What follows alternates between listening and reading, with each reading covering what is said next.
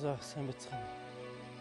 Нэг л за өнөөдөр 2020 оны 8 сарын 26-ны өглөө 6 цаг 15 минут болж байна. Энэ өдрөөс өглөө хашидлээ. Тэгээд өглөө ер нь бол хашидлээ. Тэгээд гэрээ гадаа сайхан байна. Тэгээд энэ алхалт ууштай үргэлж бай.